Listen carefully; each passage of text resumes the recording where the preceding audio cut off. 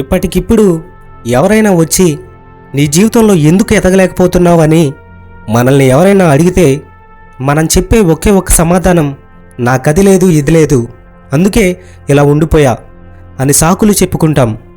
అటువంటి కంప్లైంట్స్ కాకుండా అసలు మనకి ఏమి ఉండాలో ఈ చిన్న కథ ద్వారా చూద్దాం రండి.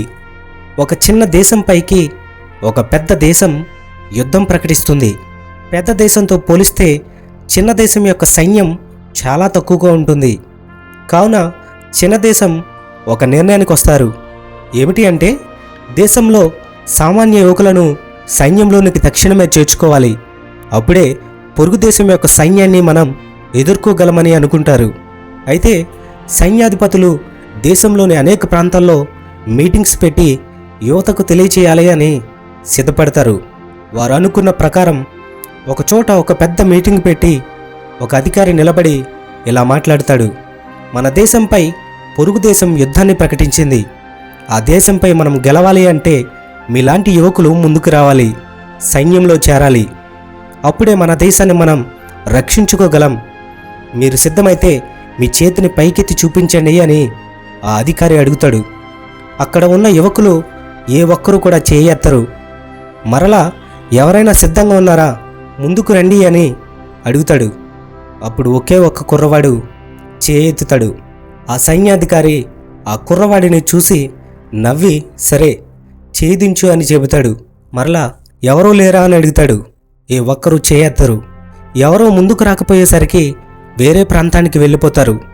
అక్కడ కూడా అలాగే అధికారి యువకులను ఆహ్వానిస్తాడు. ఎవరూ ముందుకు రారు.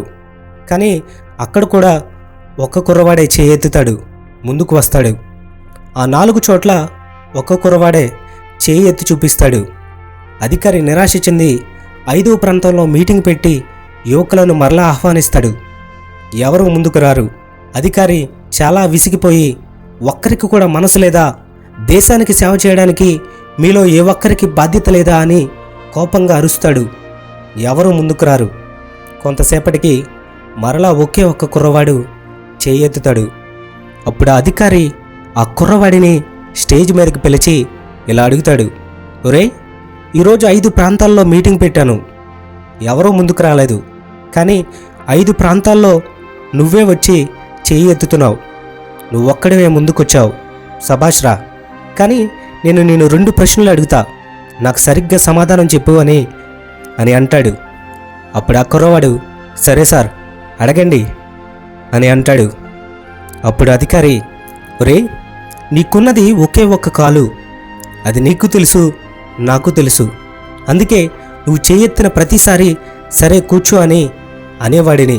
ఎందుకంటే ఒకవేళ సైన్యంలోనికి నువ్వు వస్తే శత్రువులు నిన్ను తరిమితే ఒక్క కాలితో పారిపోలేవు, అది కూడా నీకు తెలుసు. మరి ఎందుకురా చేయెత్తుతున్నావు అని అడుగుతాడు.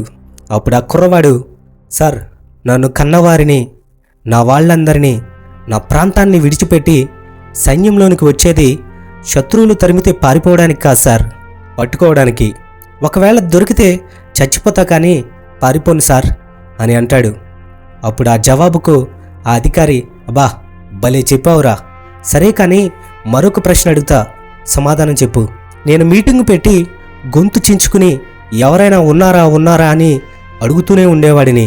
నువ్వు కూడా చాలాసేపటికి ఎప్పుడో చెయ్యెత్తేవాడివి, అదేదో ముందే చెయ్యెత్తొచ్చు కదా అని అడుగుతాడు. అప్పుడు ఆ కుర్రవాడు, ఏం లేదు సార్, 2 కాళ్ళున్నవాడు ఎవడైనా చెయ్యెత్తుతాడేమో, ముందుకు వస్తారేమో అని చూస్తున్నా, ఏ ఒక్కడూ ఎత్తట్లేదు, అందుకే సార్ అంత సమయం తీసుకుని చేయెత్తుతున్నా అని చెబుతాడు. ఆ మాటలకు అధికారి కళ్ళల్లో నీళ్లు తిరిగి, నిజమేరా, అన్నీ ఉన్నవారు ఉన్నారు కానీ నీకున్న మనసే వాళ్లకు లేదురా అని ఆ అధికారి బాధపడతాడు. మన జీవితంలో కూడా ఇంతే.